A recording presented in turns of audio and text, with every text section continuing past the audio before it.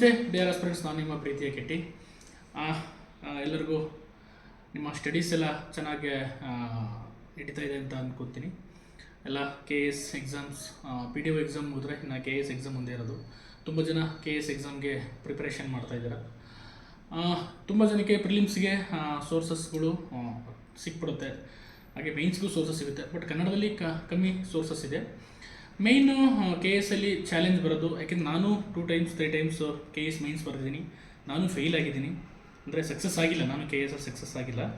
ಕಾರಣ ಅದಕ್ಕೆ ಏನಂತ ಅಂದರೆ ಲೈಕ್ ನಮ್ಮ ಆನ್ಸರ್ ರೈಟಿಂಗ್ ಇರ್ಬೋದು, ನಮ್ಮ ಪ್ರೆಸೆಂಟೇಷನ್ ಇರ್ಬೋದು ಮೇಯ್ನ್. ಯಾಕೆಂದರೆ ಪ್ರಿಲಿಮ್ಸಲ್ಲಿ ನೀವು ಕ್ವಾಲಿಫೈಡ್ ಆಗ್ತಿದ್ದಂಗೆ ನಿಮಗೆ ಮೇನ್ಸಿಗೆ ಅರ್ಹತೆ ಸಿಗುತ್ತೆ. ಆದರೆ ಮೇನ್ಸಲ್ಲಿ ಯಾರು ಚೆನ್ನಾಗಿ ಪರ್ಫಾರ್ಮೆನ್ಸ್ ಮಾಡ್ತಾರೆ ಅವರು ಸಕ್ಸಸ್ ಆಗ್ತಾರೆ. ಯಾರು ಮೇನ್ಸಲ್ಲಿ ಚೆನ್ನಾಗಿ ಮಾಡಲ್ಲ ಅವರು ರೇಸಿಂದ ಹೊರಗಡೆ ಉಳ್ಕೊತಾರೆ. ಹಾಗಾಗಿ ಅದರಲ್ಲಿ ಮೇಜರ್ ಇಂಪ್ಯಾಕ್ಟ್ ಆಗೋದು ನಮ್ಮ ಬರವಣಿಗೆ ಶೈಲಿ, ನಮ್ಮ ಆನ್ಸರ್ ರೈಟಿಂಗ್ ಸ್ಕಿಲ್ಸ್. ಇದನ್ನು ಇಂಪ್ರೂವ್ಮೆಂಟ್ ಮಾಡ್ಕೊಳಕ್ಕೆ ತುಂಬ ನೀವೆಲ್ಲ ಇದಕ್ಕೆಲ್ಲ ಹೋಗ್ತಾ ಇರ್ತೀರಾ, ಲೈಕ್ ಏನು ಟೆಸ್ಟ್ ಸೀರೀಸ್ಗಳೆಲ್ಲ ಬರೀತಾ ಇರ್ತೀರ, ಅಥವಾ ನಿಮ್ಮ ಬರ್ದಿದ್ದು ವ್ಯಾಲ್ಯೂಯೇಷನ್ ಮಾಡಿಸ್ತಾ ಇರ್ತಾರೆ ಬೇರೆಯವರು ಕೈಲಿ. ಆದರೆ KPSC ಯಾವ ರೀತಿ ವ್ಯಾಲ್ಯೂಯೇಷನ್ ಮಾಡ್ತಾರೆ, KPSC ಅವ್ರು ಯಾವ ರೀತಿ ಇವ್ಯಾಲ್ಯೂಯೇಟ್ ಮಾಡ್ತಾರೆ ಆನ್ಸರ್ ಶೀಟ್ನ, ಈ ಎವ್ಯಾಲ್ಯೂಯೇಷನ್ 1, 2 ಯಾವ ರೀತಿ ಮಾಡ್ತಾರೆ, ಅದನ್ನು ಅವರೇ ಹೆಂಗೆ ಮಾಡ್ತಾರೆ, ಮತ್ತು ಯಾವ ರೀತಿ ಬರೀಬೇಕು KS ಅಲ್ಲಿ, ಅಥವಾ ಸಕ್ಸಸ್ ಆದವರು. ಏಕೆಂದರೆ ಈಗ UPSC ನಲ್ಲಿ ಏನಾಗುತ್ತೆ, ಬರೆದವ್ರದ್ದು ನಿಮಗೆ ವೆಬ್ಸೈಟ್ಗಳಲ್ಲಿ ವಿಷನ್ IAS ಬೇರೆ ಬೇರೆ ವೆಬ್ಸೈಟ್ಗಳಲ್ಲಿ ಟಾಪರ್ಸ್ ಆನ್ಸರ್ ಶೀಟ್ಸ್ ಅಂತ ಹಾಕ್ತಾರೆ, ಅದು ನಿಮಗೆ ಸಿಗುತ್ತೆ. ಬಟ್ ಇದರಲ್ಲಿ KPSC ಅಲ್ಲಿ ಟಾಪರ್ಸ್ ಆನ್ಸರ್ ಶೀಟ್ ಹೊಡೆದ್ರೆ ನಿಮಗೆ ತುಂಬ ರೇರು ಸಿಗೋದು. ಒಂದಷ್ಟು ವೆಬ್ಸೈಟ್ಸ್ಗಳು ಸಿಗ್ಬೋದು, ಆದರೆ ಅದು ತುಂಬ ಕಡಿಮೆನೇ, ರೇರು.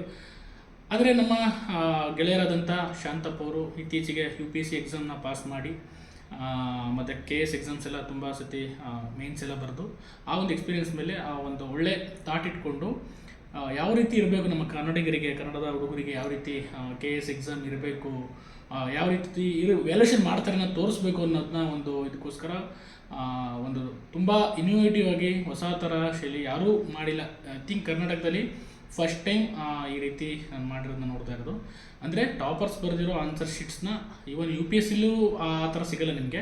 KPSCಲಿ RT9 ತರಿಸ್ಕೊಂಡು ಅದನ್ನು ಕಂಪೈಲ್ ಮಾಡಿ ಅದರಲ್ಲಿ ಅದನ್ನು ನಿಮ್ಮ ಹುಡುಗರಿಗೆ ಅನುಕೂಲ ಆಗಲಿ, ಯಾವ ರೀತಿ ಆನ್ಸರ್ಸ್ ಬರೆಸಬೇಕು. ಎಕ್ಸಾಮ್ನ ಒಂದು ಸಿಚುವೇಷನಲ್ಲಿ ಎಕ್ಸಾಮಲ್ಲಿ ಕೂತ್ಕೊಂಡಾಗ ಆರ್ಟ್ ಸೀಟ್ ಅಂತ ಕರೀತಾರೆ, ಆರ್ಟ್ ಸೀಟಲ್ಲಿ ಕೂತ್ಕೊಂಡಾಗ ಬರುತ್ತಲ್ಲ ನಾಲೆಡ್ಜು, ಅದು ಯಾವ ರೀತಿ ಇರುತ್ತೆ ಅನ್ನೋದನ್ನ ತೋರಿಸ್ಬೇಕು ಅಂತ ನಮ್ಮ ಶಾಂತಪ್ಪ ಒಂದು ಒಳ್ಳೆ ಪ್ರಯತ್ನ ಮಾಡಿದ್ದಾನೆ.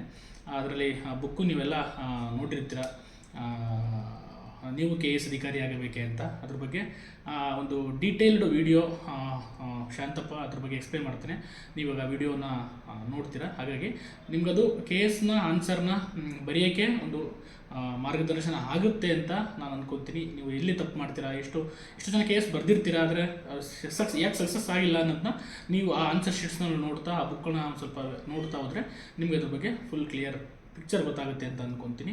ಹಾಗಾಗಿ ಅದ್ರ ಬಗ್ಗೆ ಆ ಫುಲ್ ಡೀಟೇಲ್ಸ್ ಬಗ್ಗೆ ಯಾವ ರೀತಿ ಆನ್ಸರ್ಸ್ ಬರೀಬೇಕು, ಮೇನ್ಸ್ ಆನ್ಸರ್ ರೈಟಿಂಗ್ ಆಗಿರ್ಬೋದು, KPSC ಯಾವ ರೀತಿ ಎಕ್ಸ್ಪೆಕ್ಟ್ ಮಾಡುತ್ತೆ ಅನ್ನೋದನ್ನ ಶಾಂತಪ್ಪ ಅವರ ನಿಮಗೆ ಈ ಒಂದು ಮುಂದಿನ ವೀಡಿಯೋದಲ್ಲಿ ಹೇಳ್ತಾರೆ. ನೀವು ಆ ವಿಡಿಯೋನ ಇನ್ನು ನೋಡ್ಬೋದು. Thank you.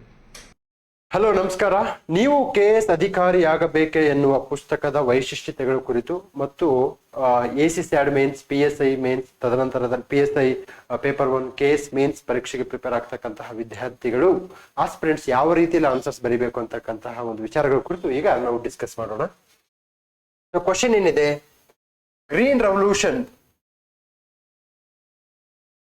Revolution was aimed to achieve self-reliance in a food production. Analyze.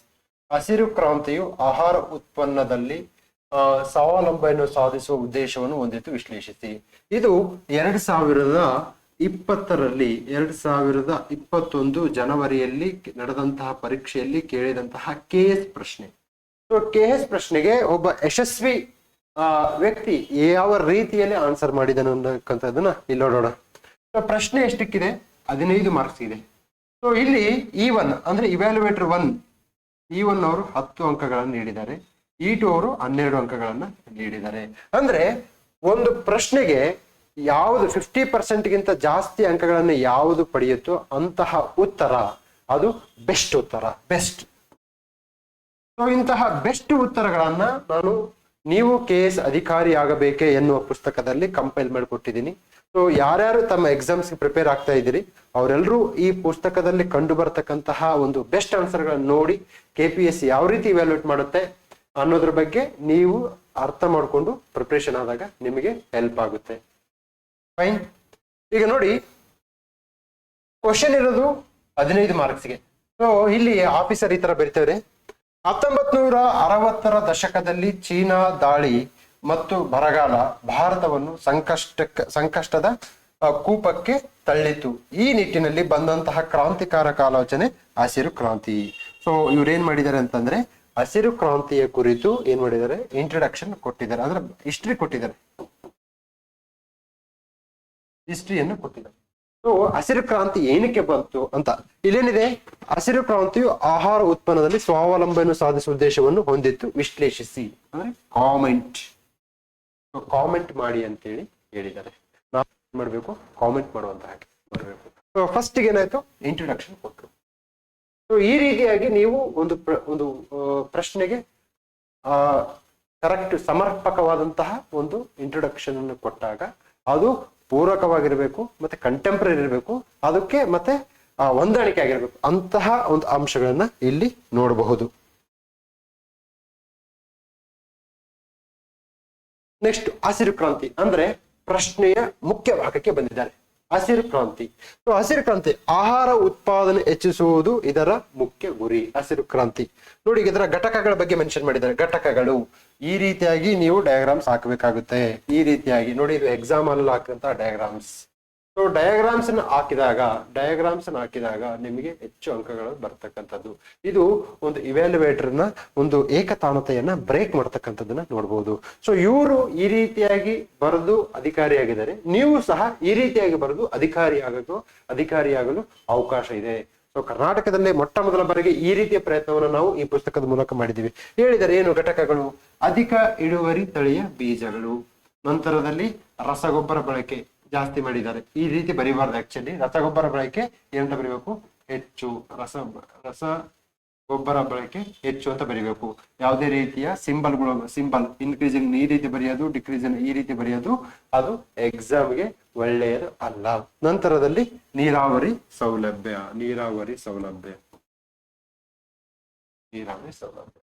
So Norman Borlaug ಅವರಿಂದ ಪ್ರೇರೇಪಿತಗೊಂಡು ಭಾರತದಲ್ಲಿ MS ಸ್ವಾಮಿನಾಥನ್. ಸೊ ಇದು ವ್ಯಾಲ್ಯೂ ಅಡಿಷನ್ ಇನ್ಫಾರ್ಮೇಶನ್. ಸೊ ನೀವು ಹಸಿರು ಕ್ರಾಂತಿಯ ಕುರಿತು ಬರಿಬೇಕಾದ್ರೆ MS ಸ್ವಾಮಿನಾಥನ್ ಅವರನ್ನ ಮೆನ್ಷನ್ ಮಾಡಿಲ್ಲ ಅಂತಂದ್ರೆ ಆ ಒಂದು ಉತ್ತರಕ್ಕೆ ಹೆಚ್ಚು ಗಂಭೀರತೆ ಇರಲ್ಲ ಮತ್ತು ಹೆಚ್ಚು ಮೌಲ್ಯ ಇರಲ್ಲ.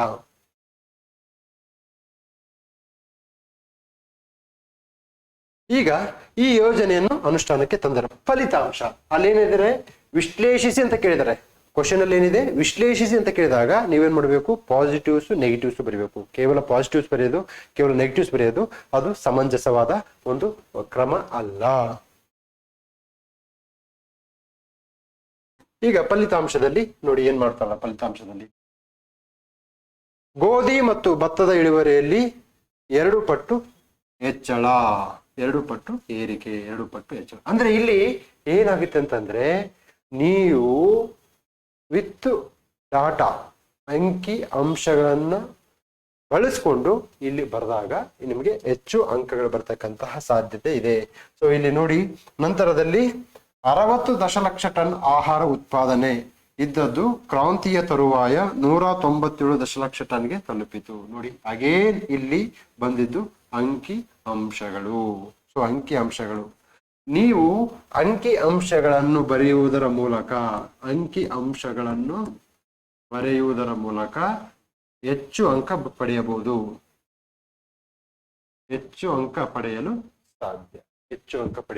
ಸಾಧ್ಯ. ರೈತರಿಗೆ ಆದಾಯ ಭದ್ರತೆ ಮತ್ತು ಆಹಾರ ಭದ್ರತೆಯನ್ನು ತಂದುಕೊಟ್ಟಿತು. ಸೊ ಇಲ್ಲಿ ಕೀವರ್ಡ್ಸ್ ಯಾವ್ದಪ್ಪ ಅಂತಂದ್ರೆ ಆದಾಯ ಭದ್ರತೆ ಮತ್ತು ಆಹಾರ ಭದ್ರತೆಯನ್ನು ತಂದುಕೊಟ್ಟಿತು. ಫಲಿತಾಂಶ ಮಾತಾಡ್ತಾ ಇದ್ದೀನಿ. ಇದಾದ ನಂತರದಲ್ಲಿ ಭಾರತ ಹೊರದೇಶಗಳಿಗೆ ಆಹಾರ ರಫ್ತು ಮಾಡುವ ಹಂತಕ್ಕೆ ತಲುಪಿತು. ಅಂದ್ರೆ ಎಕ್ಸ್ಪೋರ್ಟ್. ಸೊ ನಾವು ಇಂಪೋರ್ಟ್ ಮಾಡ್ಕೊಳ್ತಕ್ಕಂಥವ್ರು ಎಕ್ಸ್ಪೋರ್ಟ್ ಮಾಡೋ ಲೆವೆಲ್ಗೆ ಬಂದಿದ್ದೀವಿ. ಸೊ ಇದು ಏನು ಹಸಿರು ಕ್ರಾಂತಿಯ ಪರಿಣಾಮ. ನೆಕ್ಸ್ಟ್, ಪಡಿತರ ಆಹಾರ ಯೋಜನೆ ಯಶಸ್ವಿಯಾಗಲು ಈ ಕ್ರಾಂತಿ ಕಾರಣ. ನಮ್ಗೇನಾಗಿದೆ, ಈಗ ಅನ್ನಭಾಗ್ಯ ಇರ್ಬೋದು, ಅಂತ್ಯೋದಯ ಅನ್ನ ಯೋಜನೆ ಇರ್ಬೋದು, ಈ ಮೊದಲಾದ ಯೋಜನೆಗಳಿಗೆ ಹೆಚ್ಚು ಆಹಾರ ಉತ್ಪನ್ನಗಳನ್ನು ಕೊಟ್ಟಂತಹ ಒಂದು ಕೀರ್ತಿ ಯಾವ್ದಕ್ಕೆ ಸಲ್ಲುತ್ತೆ ಅಂದ್ರೆ ಹಸಿರು ಕ್ರಾಂತಿಗೆ ಸಲ್ಲುತ್ತೆ. ಇಲ್ಲಿ ಒಂದು ವ್ಯಾಲ್ಯೂಡೇಷನ್ ಏನಪ್ಪ ಅಂತಂದ್ರೆ ಪಡಿತರ ಆಹಾರ ಯೋಜನೆ ಅಂದ್ರೆ PDS ಪಬ್ಲಿಕ್ ಡಿಸ್ಟ್ರಿಬ್ಯೂಷನ್ ಸಿಸ್ಟಮ್ಗೆ ಇದು ಹೆಲ್ಪ್ ಆಯಿತು. ಪಂಜಾಬ್, ಹರಿಯಾಣ, ಉತ್ತರ ಪ್ರದೇಶ ರಾಜ್ಯಗಳು ಇದರಿಂದ ಹೆಚ್ಚು ಲಾಭ ಪಡೆದವು. ಅಂದ್ರೆ ನಾವು ಇದನ್ನ ಡಯಾಗ್ರಾಮಿಕ್ ಆಗಿ ರೆಪ್ರೆಸೆಂಟೇಷನ್ ಮಾಡಬಹುದು. ಹೇಗೆ ಅಂತಂದ್ರೆ ಈ ರೀತಿ ಬರೆದು ಈ ರೀತಿ ಹೇಳಿ. ಸೊ ಈ ಭಾಗ ನೀವು ಡಯಾಗ್ರಾಮ್ ಇಟ್ಟು ಈ ರೀತಿ, ಅಂದ್ರೆ ಹಸಿರು ಕ್ರಾಂತಿಯಿಂದ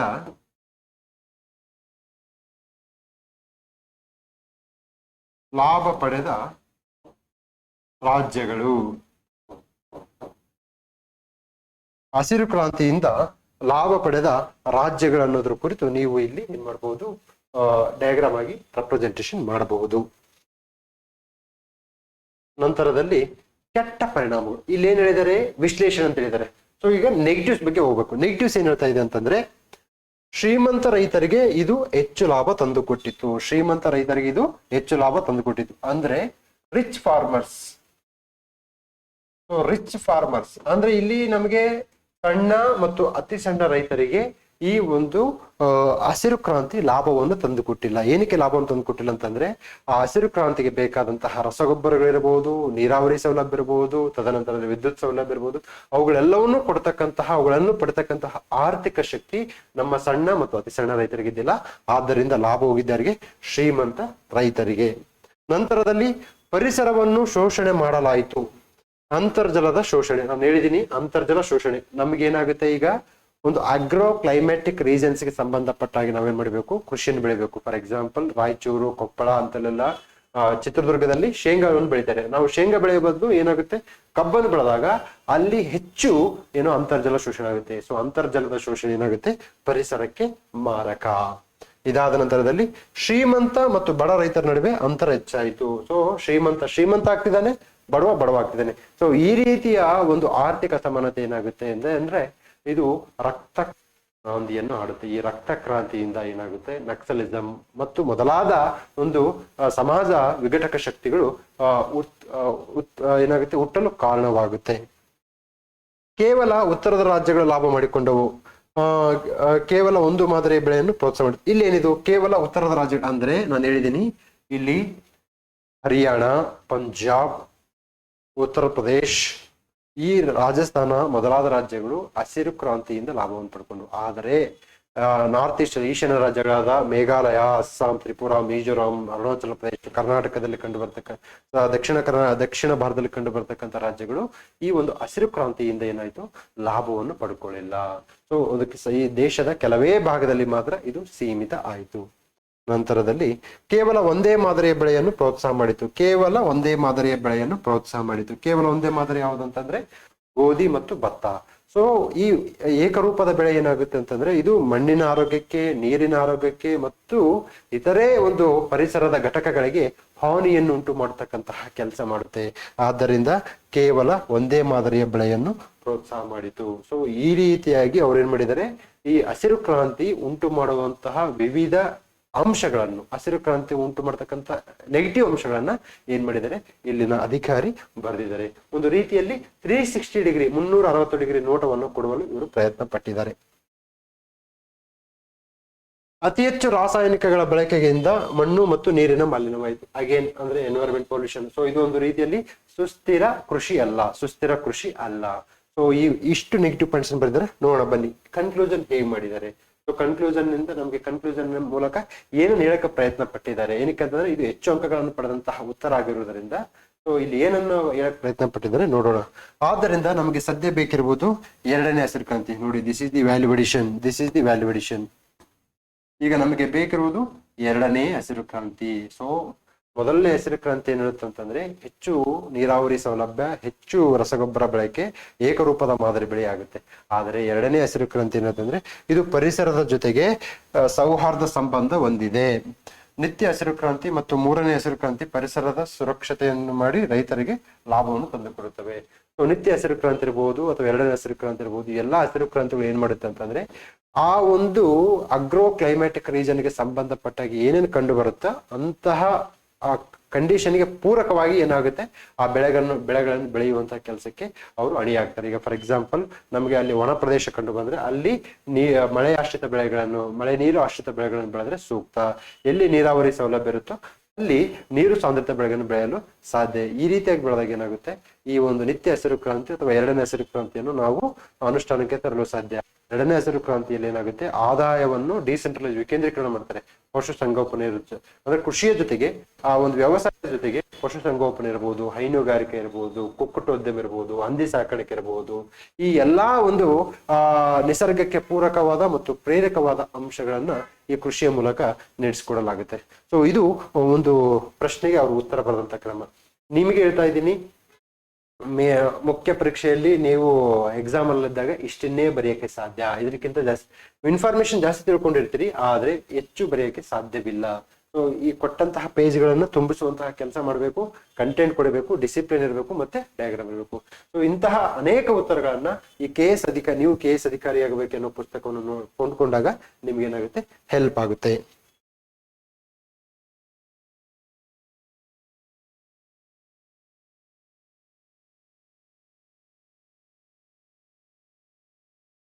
ಎಸ್ ಗೆಳೆಯರೆ, ಮತ್ತೊಂದು ಪ್ರಶ್ನೆನ ಡಿಸ್ಕಸ್ ಮಾಡೋಣ. ಏನಿದು ಮತ್ತೊಂದು ಪ್ರಶ್ನೆ ಅಂತಂದ್ರೆ, ಇಲ್ಲಿ describe the importance of small scale industries in Indian rural economy. ಭಾರತದ ಗ್ರಾಮೀಣ ಆರ್ಥಿಕತೆಯಲ್ಲಿ ಸಣ್ಣ ಕೈಗಾರಿಕೆಗಳ ಮಹತ್ವವನ್ನು ಕುರಿತು ವಿವರಿಸಿ ಅಂತ ಕೇಳಿದ್ದಾರೆ. ನಾನು ಎಲ್ರಿಗೂ ಒಂದು ರಿಕ್ವೆಸ್ಟ್ ಮಾಡ್ತಾ ಇದ್ದೀನಿ, ಮತ್ತೆ ನನ್ನ ಸಲಹೆ ಕೊಡ್ತಾ ಇದ್ದೀನಿ.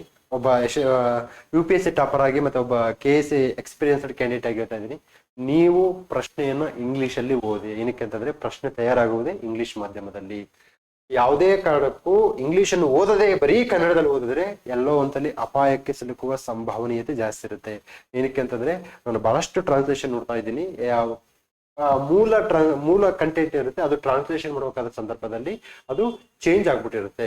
ಸೊ ಈ ಒಂದು ವ್ಯವಸ್ಥೆಯ ಲೋಪ ನೀವೆಲ್ಲ ಅರ್ಥ ಮಾಡ್ಕೊಂಡು ಆ ಲೋಪ ನಿಮ್ಮ ಭವಿಷ್ಯದ ಮೇಲೆ ಒಂದು ಪ್ರಭಾವ ಬೀರಬಾರ್ದು ಅಂತಂದ್ರೆ ಇಂಗ್ಲಿಷ್ ಪ್ರಶ್ನೆಯನ್ನು ಓದಿ, ಕನ್ನಡ ಓದಿ. ಅವಾಗ ನಿಮ್ಗೆ ಏನಾಗುತ್ತೆ, ಪ್ರಶ್ನೆ ಏನು ಅಂದ್ರೆ ಸ್ಪಷ್ಟವಾಗಿ ಅರ್ಥ ಆಗುತ್ತೆ. ಫೈನ್, ಬನ್ನಿ ಈ ಪ್ರಶ್ನೆ ಕರೆಕ್ಟ್ ಟ್ರಾನ್ಸ್ಲೇಷನ್ ಮಾಡಿದ್ರೆ ಅದು ಕೆಲವೊಂದು ಪ್ರಶ್ನೆಗಳಲ್ಲಿ ಟ್ರಾನ್ಸ್ಲೇಷನ್ ತುಂಬಾ ವರ್ಸ್ಟ್ ಆಗಿದೆ. ಸೊ ನಮ್ಗೆಲ್ಲ ಅನುಭವ ಇದೆ ಟ್ರಾನ್ಸ್ಲೇಷನ್ ನಲ್ಲಿ ಯಾವ ರೀತಿಯಲ್ಲಿ ನಾವು ಹೊರಡ್ತಿದ್ದೀವಿ ಕನ್ನಡ ಮಾಧ್ಯಮ ವಿದ್ಯಾರ್ಥಿಗಳು. ಭಾರತದ ಗ್ರಾಮೀಣ ಆರ್ಥಿಕತೆಯಲ್ಲಿ ಸಣ್ಣ ಕೈಗಾರಿಕೆಗಳ ಮಹತ್ವವನ್ನು ಕುರಿತು ವಿವರಿಸಿ. ಇಲ್ಲಿ ನಮಗೆ ನೋಡಿ ಅಗೇನ್ ಇದು ಎಷ್ಟು ಪ್ರಶ್ನೆಪ್ಪ ಅಂತಂದ್ರೆ, ಎಷ್ಟಕ್ಕೆ ಅಂಕ ಅಂತಂದ್ರೆ ಇಲ್ಲಿ ಅಂಕಗಳೆಷ್ಟು 15 ಅಂಕಗಳು. ಸೊ ಇಲ್ಲಿ ಅಧಿಕಾರಿ ಪಡ್ಕೊಂಡಂತ ಅಂಕಗಳೆಷ್ಟು 11 ಮತ್ತೆ 12. ತುಂಬಾ ಅದ್ಭುತವಾದ ಅಂಕಗಳಿಗೆಲ್ಲ. ಸೊ ಪ್ರತಿ ಪ್ರಶ್ನೆಗೂ ಈ ರೀತಿ 15 ಅಂಕಕ್ಕೆ 11, 12 ಪಡ್ಕೊಂಡು ಹೋದ್ರೆ ಖಂಡಿತ ನೀವು AC ಆಗ್ತೀರಾ, DYSP ಆಗ್ತೀರಾ. ಸೊ ಆದ್ರೆ ಎಲ್ಲಾ ಪ್ರಶ್ನೆಗೂ ಈ ರೀತಿ ಅಂಕ ಪಡೆಯಲು ಆಗಲ್ಲ. ಸೊ ನಮ್ಗೆ ಏನ್ ಮಾಡ್ಬೇಕಪ್ಪ ಅಂತಂದ್ರೆ ಈ ರೀತಿ ಪಡ್ಕೊಳಕ್ಕೆ ಪ್ರಯತ್ನ ಮಾಡ್ಬೇಕು. ಹೇಗೆ ಪ್ರಯತ್ನ ಪಡ್ಬೇಕಂದ್ರೆ ಪ್ರಾಕ್ಟೀಸ್ ಮಾಡ್ಬೇಕು. ಸೊ ಈ ತರ ಟಾಪರ್ಸ್ ಕಾಪೀಸ್ ನೋಡ್ಬೇಕು. ಟಾಪರ್ಸ್ ಕಾಪೀಸ್ ನೋಡಿ ಅವ್ರ ಏನಕ್ಕೆ ಹೆಚ್ಚು ಅಂಕ ಪಡ್ಕೊಂಡ್ರು ಅಂತೇಳಿ ತಿಳಿದುಕೊಂಡು ಅದನ್ನ ಅನುಷ್ಠಾನಕ್ಕೆ ಮಾಡ್ಬೇಕು. ಸೊ ಬರೀ ತಿಳ್ಕೊಂಡ್ರೆ ಅನುಷ್ಠಾನಕ್ಕೆ ಬಂದಿಲ್ಲ ಅಂದ್ರೆ ಹೆಲ್ಪ್ ಆಗಲ್ಲ. ತಿಳಿದುಕೊಂಡು ಅನುಷ್ಠಾನಕ್ಕೆ ತನ್ನಿ, ನಿಮ್ಗೆ ಖಂಡಿತ ಹೆಲ್ಪ್ ಆಗುತ್ತೆ. ಬನ್ನಿ ಈಗ ನೋಡೋಣ. ಏನಿದು ಪ್ರಶ್ನೆ ಉತ್ತರ ಒಂದು ಡಿಫ್ರೆಂಟ್ ಆಗಿದೆಯಲ್ಲ. ಏನಿದೆ, ಭಾರತದ ಗ್ರಾಮೀಣ ಆರ್ಥಿಕತೆಯಲ್ಲಿ ಸಣ್ಣ ಕೈಗಾರಿಕೆಗಳ ಭಾರತದ ಗ್ರಾಮೀಣ ಆರ್ಥಿಕತೆಯಲ್ಲಿ ಸಣ್ಣ ಕೈಗಾರಿಕೆಗಳ ಮಹತ್ವ. ಅಂದ್ರೆ ಇದು ಪ್ರಶ್ನೆಯ ಮೂಲಭೂತ ಅಂಶ. ಈ ಪ್ರಶ್ನೆಯ ಮೂಲಭೂತ ಅಂಶವನ್ನು ನೀವೇನಾದ್ರೂ ಮರೆತರೆ ಈ ಪ್ರಶ್ನೆಗೆ ಅದು ತನ್ನ ಜೀವವನ್ನು ಕಳೆದುಕೊಂಡಿದೆ. ಭಾರತದ ಗ್ರಾಮೀಣ ಆರ್ಥಿಕತೆಯಲ್ಲಿ ಸಣ್ಣ ಕೈಗಾರಿಕೆಗಳ ಮಹತ್ವ. ಸಣ್ಣ ಕೈಗಾರಿಕೆಗಳು ಕೇಳಿದ್ದಾರೆ, ಬೃಹತ್ ಕೈಗಾರಿಕೆಗಳಲ್ಲ, ಸಣ್ಣ ಕೈಗಾರಿಕೆಗಳು. ನೋಡಿ ನಾವೇನ್ ಕೊಡ್ತೀವಿ, ತುಂಬಾ ಥಿಯರಿಟಿಕಲ್ ಎಲ್ಲಾ ಪ್ರಶ್ನೆಗಳಿಗೂ ಸಹ ನಾವು ಇಂಟ್ರೊಡಕ್ಷನ್ ಬರೀಬೇಕು, ಮೇನ್ ಬಾಡಿ ಬರೀಬೇಕು, ಕನ್ಕ್ಲೂಷನ್. ಅದು ಅಸಾಧ್ಯ. ಎಕ್ಸಾಮ್ ಅಲ್ಲಿ 3 hour ನಲ್ಲಿ ಬರೀಬೇಕಾದ್ರೆ ನೀವು ಫಸ್ಟ್ 10 ನಿಮಿಷ ಮಾತ್ರ ಮೈಂಡ್ ನಿಮ್ ಕಂಟ್ರೋಲ್ ಇರುತ್ತೆ. ನೆಕ್ಸ್ಟ್ ಉಳಿದ ನಿಮಿಷಗಳು ಮೈಂಡ್ ಕಂಟ್ರೋಲ್ ನೀವಿರ್ತೀರ. ಏನಕ್ಕಂತಂದ್ರೆ ಮೈಂಡ್ ಓಡ್ತಾ ಇರುತ್ತೆ ಮೈಂಡ್. ಸೊ ಆದ್ದರಿಂದ ಎಲ್ಲಾ ಪ್ರಶ್ನೆಗಳಿಗೂ ಇಂಟ್ರೊಡಕ್ಷನ್ ಬರ್ತಕ್ಕಂತಹ ಒಂದು ಕ್ರಮ ಅದು ಪ್ರಾಕ್ಟಿಕಲಿ ಇಂಪಾಸಿಬಲ್. ಸೊ ಇಲ್ಲಿ ನೋಡಿ, ಇವರು ಇಂಟ್ರೊಡಕ್ಷನ್ ಬರಲಾದಂಗೆ ನೇರವಾಗಿ ಪ್ರಶ್ನೆಗೆ ಧುಮುಕ್ಬಿಟ್ಟಿದ್ದಾರೆ.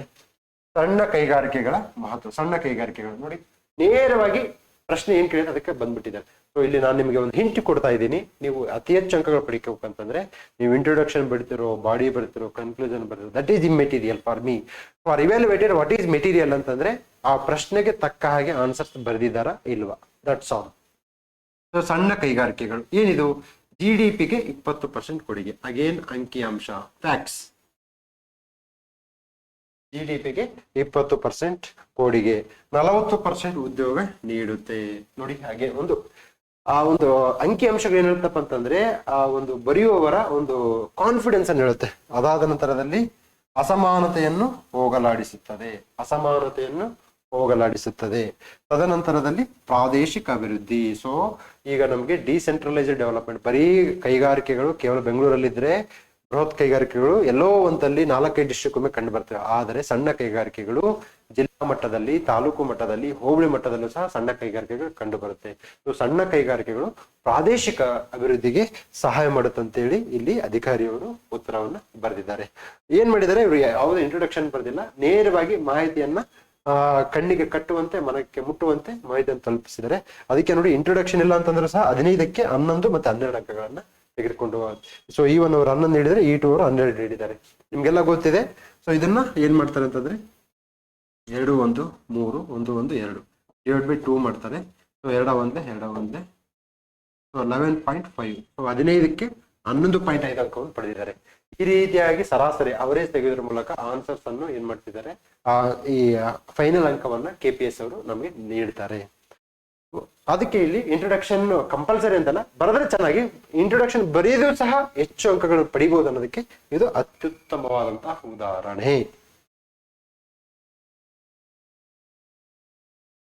ನೆಕ್ಸ್ಟ್, ಭಾರತದ ಗ್ರಾಮೀಣ ಪ್ರದೇಶದಲ್ಲಿ ಗುಡಿ ಕೈಗಾರಿಕೆಗಳನ್ನು ಪ್ರೋತ್ಸಾಹ ಮಾಡಲು ಸಂವಿಧಾನದಲ್ಲಿನ ರಾಜ್ಯ ನಿರ್ದೇಶಕ ತತ್ವಗಳನ್ನು ನೋಡಬಹುದು.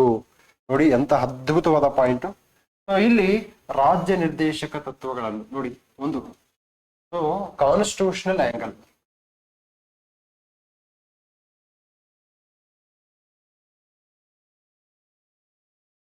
ನೀವು ಸಂವಿಧಾನದ ಆಯಾಮ ತಂದಾಗ 1 ಮಾರ್ಕ್ಸ್ ಎಕ್ಸ್ಟ್ರಾ. ಸೊ ಇದಕ್ಕೆ ಅವ್ರು ಏನ್ ಮಾಡಿರ್ತಾರೆ, 1ರಿಂದ 1 to 2 ಮಾರ್ಕ್ಸ್ ಕೊಟ್ಟಿರ್ತಾರೆ. ಏನಕ್ಕಂತಂದ್ರೆ ಗಾಂಧಿ ತತ್ವಗಳು. ಈ ರೀತಿಯಾಗಿ ನೀವು ಸಂವಿಧಾನದ ಅಂಶಗಳನ್ನು ಅಲ್ಲೇ ತಂದಾಗ ಹೆಚ್ಚು ಅಂಕಗಳನ್ನು ಪಡೆಯಲು ಇದೇ ಒಂದು ಮುಖ್ಯ ಕಾರಣ.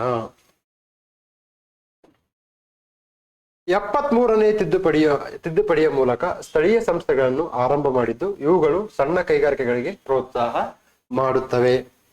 ತದನಂತರದಲ್ಲಿ ಸಣ್ಣ ಕೈಗಾರಿಕೆಗಳ ಮಾದರಿಗಳು, ಬೀಡಿ ಕೈಗಾರಿಕೆಗಳು, ಅಗರಬತ್ತಿ, ಮೇಣದ ಬತ್ತಿ ಮತ್ತು ಪತ್ರಾಳೆ. ಇವ್ರೇನ್ ಹೇಳಿದಾರೆ ಇಲ್ಲಿ, ಸಣ್ಣ ಕೈಗಾರಿಕೆ ಮಹತ್ವ ಕೇಳಬೇಕಾದ್ರೆ ಫಸ್ಟ್ ಮಹತ್ವ ಬರೆದು ಅದಕ್ಕೆ ಸಾಂವಿಧಾನಿಕ ಆಶಯ ಮತ್ತು ಸಣ್ಣ ಕೈಗಾರಿಕೆಗಳ ಮಾದರಿಗಳನ್ನ ಕೇಳಿದ್ದಾರೆ. ಮಹಿಳಾ ಸಬಲೀಕರಣಕ್ಕೆ ಮತ್ತು ಪರ್ಯಾಯ ಆದಾಯವನ್ನು ಈ ಮಾದರಿ ಕೈಗಾರಿಕೆಗಳು ಕಂಡು ಬರ್ತವೆ. ಇಲ್ಲಿ ಏನ್ ಹೇಳಿದ್ದಾರೆ ಅಂತಂದ್ರೆ, ಅಗೇನ್ ಮಹತ್ವ ಅಂತಂದ್ರೆ ಇದು ಮಹಿಳಾ ಸಬಲೀಕರಣಕ್ಕೆ ಅವಕಾಶ ಮಾಡಿಕೊಡುತ್ತೆ. ತದನಂತರದಲ್ಲಿ ಪರ್ಯಾಯ ಆದಾಯ, ಸೊ ಆಲ್ಟರ್ನೇಟಿವ್ ಇನ್ಕಮ್ ಕೊಡಕ್ಕೆ ಯಾವುದು ಈ ಒಂದು ಸಣ್ಣ ಕೈಗಾರಿಕೆಗಳು ಸಹಾಯ ಮಾಡುತ್ತೆ. ಆದರೆ ಇವುಗಳು ಕೆಲವು ಸವಾಲುಗಳಿಂದ ಕೂಡಿವೆ. ಅಗೇನ್ ಏನ್ ಮಾಡ್ತಾರೆ ಇಲ್ಲಿ, ಡೈಮೆನ್ಷನ್ ಚೇಂಜ್ ಮಾಡಿದ್ದಾರೆ. So more dimensions you will get more marks. ಹೆಚ್ಚು ಆಯಾಮಗಳನ್ನು ಕೊಟ್ಟಾಗ ನಿಮಗೆ ಹೆಚ್ಚು ಅಂಕಗಳು ಬರ್ತಕ್ಕಂತಹ ಸಾಧ್ಯತೆ ಜಾಸ್ತಿ ಇರುತ್ತೆ. ಇವ್ರೇನ್ ಮಾಡಿದ್ದಾರೆ, ಕೆಲವು ಸವಾಲುಗಳಿಂದ ಕೂಡಿದೆ. ಏನಿದು ಸವಾಲುಗಳು?